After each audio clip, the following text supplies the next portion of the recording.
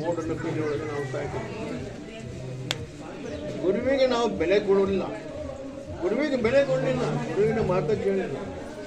ಅಂಥದ್ದೊಂದು ಗುರುವಿನ ಒಂದು ದಿನ, ಗುರುವಿನ ಸೇವಾ ಮಾಡೋದಿನ ದಿವಸ ಮಾಡೋದು ಬೆಳೆಸೋ ಮಕ್ಕಳ ವರ್ಷಕ್ಕೊಮ್ಮೆ ಮಾಡಿರಿ, ವರ್ಷಕ್ಕೊಮ್ಮೆ ಗುರುವಿನ ನಂಬ್ರಿ, ವರ್ಷಕ್ಕೊಮ್ಮೆ ಗುರುವಿನ ಮಾತು ಕೇಳ್ರಿ, ವರ್ಷಕ್ಕೊಮ್ಮೆ ಗುರುವಿನ ಭೇಟಿ ಆಗ್ರಿ, ವರ್ಷಕ್ಕೊಮ್ಮೆ ಗುರುವಿನ ಗುಲಾಮ್ ಆಗ್ರಿ.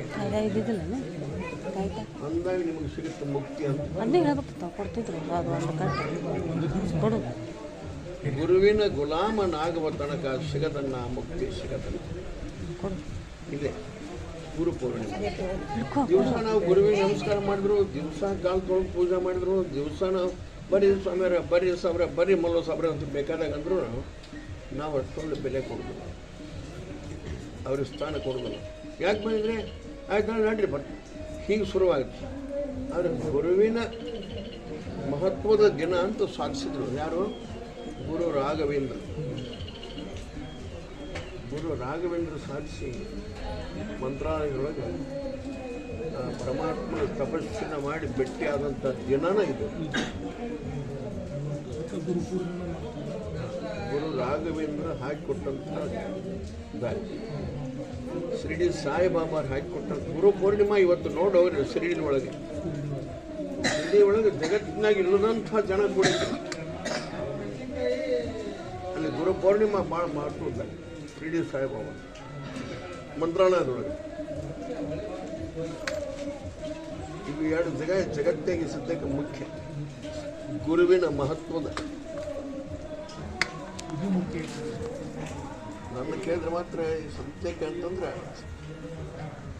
ಧರ್ಮಸ್ಥಳಗೂ ಇಲ್ಲ, ತಿರುಪತಿಗೂ ಇಲ್ಲ, ಮಂಜುನಾಥಗೂ ಇಲ್ಲ. ಇವತ್ತಿನ ದಿವಸ ಗುರು ಪೂರ್ಣಿಮಾ ಅನ್ನುವಂಥದ್ದು ಶಿರಡಿಯಾಗಿ ನೋಡಬೇಕು, ಮುದ್ದಾಮ್ ಹೋಗ್ಬೇಕು ನೋಡಕ್ಕೆ. ಕೋಟ್ಯಾಂತರ ಜನ ಕೂಡ್ತಿದ್ದಂದ್ರೆ ಅಡ್ಡಿಯಲ್ಲಿ ನಾವು ಹೋಗಿ ಕಣ್ಣಾರೆ ನೋಡಿದ್ದು. ನಮ್ಮ ಹಿರಿಯರು ಹಿಂದ 23-24 ಮಂದಿ ಕರ್ಕೊಂಡು 4 ಗಾಡಿ ಮಾಡ್ಕೊಂಡು ಹೋಗಿದ್ದು. ಗುರು ಪೂರ್ಣಿಮಾ ನಮಗೆ ಗೊತ್ತಿಲ್ಲ, ನಾವು ಪ್ರವಾಸಕ್ಕೆ ಹೋದವ್ರು ನೋಡಕ್ಕೆ. ನಮಗೆ ಗೊತ್ತೇ ಇಲ್ಲ ಗುರು ಪೂರ್ಣಿಮಾ ಮಾಡ್ತಾರೆ, ಇಲ್ಲಿ ಹೇಳಿ ಬರ್ಬೇಕಿದ್ದಾಗ ಗೊತ್ತೇ ಇಲ್ಲ. ಹೋಗಿ ಅಡ್ಡಾಡಿ ಎಲ್ಲ ಶಿರಡಿಯಿಂದ ಅದನ್ನು ನೋಡಿಕೊಂಡು ಅದನ್ನು ನೋಡಿಬಿಟ್ಟಿವಿ. ಸಗಣ ಸಿಗೋದು ಏನ್ರಿ ಗುರು ಪೂರ್ಣಿಮೆಯ ಶುಭ ಸಂದೇಶ, ಗುರು ಪೂರ್ಣಿಮೆಯ ಶುಭಾಶಯಗಳು ಎಲ್ಲಿ ಬೇಕಲ್ಲಿ ಬೋರ್ಡ್. ಶಿರಡಿಯಾಗ ಒಂದು ಮುಂಚೆಲೆ ಭಾಳ ಹೆಚ್ಚಿದ್ರೆ ಮಧ್ಯಾಹ್ನ 3-4 ಗಂಟೆಗೆ ಹೋದ್ವಿ. ಬರೀ ಗಣಮಕ್ಳು 5-6 ಮಂದಿ ಇದ್ರೆ ಗಾಡಿಯಾಗ ಕುಂದಿಸ್ಬಿಟ್ಟಿದ್ವಿ. ನೀವು ಸಾಯ್ತಾರೆ ಬರಬಾರ್ದು ನಮ್ಮ ಕೂಡ ಹೋಗಿ ಭೇಟಿಯಾಗಿ ಆ ಪೂಜಾ ಮುಗಿಸ್ಕೊಂಡು ಬಂದು ಅಲ್ಲಿಂದ ನೋಡಿ, ಅಲ್ಲಿ ಪೂಜಾ ನೋಡಿ, ಅಲ್ಲಿ ಮಹತ್ವದ ದಿವಸ ನೋಡಿ, ಅಲ್ಲಿ ಗುರುವಿನ ಎಷ್ಟು ಕೊಂಡಾಡ್ತಾರೆ, ಎಷ್ಟು ಬೆಲೆ ಕೊಡ್ತಾರೆ. ವರ್ಷನ ನಮ್ಮ ಹಿರಿಯರ ತಲೆ ಕೆಟ್ಕೊಂಡು ವರ್ಷನೇ ಅವ್ರು ಅಂಥದ್ದು ಮಾಡ್ತಾರೆ. ನಮ್ಮ ಮದ್ದನ್ನು ನಾವೇ ಯಾಕೆ ಮಾಡ್ತಾರೆ? ಇದು ನಡೆದದ್ದು. D G Kulkarni, Damodara Kulkarni, Shinde doctor, ಅಂದ್ರಾಳ ಪ್ರಭು ಮತ್ತು ರಾಠೋಡ್ ಇಲ್ಲಿ ಹಳೆಯಾಳರ ಒಬ್ಬವ, ಧಾರವಾಡದ ಒಬ್ಬವ ಪಾಟೀಲ, ಒಂದು 10-15 ಮಂದಿ ಅವತ್ತು ಏನು ಹೋಗಿದ್ದು. ಒಂದು 23-24 ಮಂದಿ ಒಟ್ಟರು ತಲೆಕಾಯಿ. ನಾವು ನೇಗಿಲ ಶುರು ಮಾಡೋಣ. ಹೆಂಗಂದ್ರೆ ಅಜ್ಜಿಗೆ 60 ವರ್ಷ ಆದರು. ನನ್ನ 60ನೇ ವರ್ಷಕ್ಕೆ ಶುರುವಾಗಿದ್ದು. ಬ್ರಾಹ್ಮಣರ ಮಂದಿ ಇದು ಒಂದು ನೆವಣವಾಗತ್ತೆ. ಅಜ್ಜಿಗೆ 60ನೇ ವರ್ಷದ ಷಷ್ಠಬ್ದಿ ಅಂತ ಹೇಳಿ ಮಾಡ್ತಾರೆ ಬ್ರಾಹ್ಮಣ ಮಂದಿ.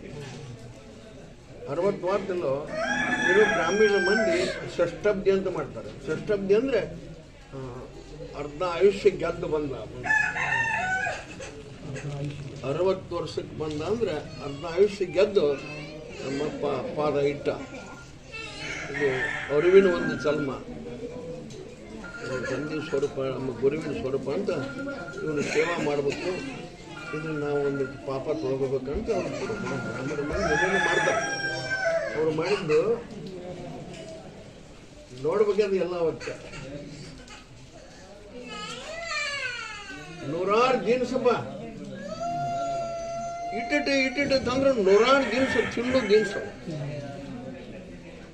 ಏನ್ರಿ ಇವು ನಮ್ಮ ಮಂದಿರ ಐತ್ರಿ ಅಲ್ರಿ ನಮ್ಮ ನೇಮ್ ಐತೆ ಮಾಡಿ ಪಾಲ್ ಪೂಜೆ ಎಷ್ಟು ಥರ ಮಾಡ್ಬೇಕು ಭಟ್ರ ಮಂದಿ ಮಾಡ್ರಿ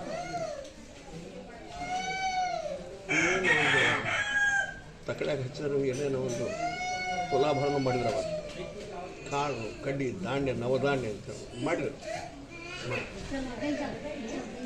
ಆಗ ಶುರುವಾದದ್ದು 60 ಪ್ರತಿ ವರ್ಷಕ್ಕೊಮ್ಮೆ 63 ಶುರು ಹೋಗಿತ್ತು 70 10 ವರ್ಷದಲ್ಲಿ 80 90 100 ಹೌದಾ ಈಗ 110 120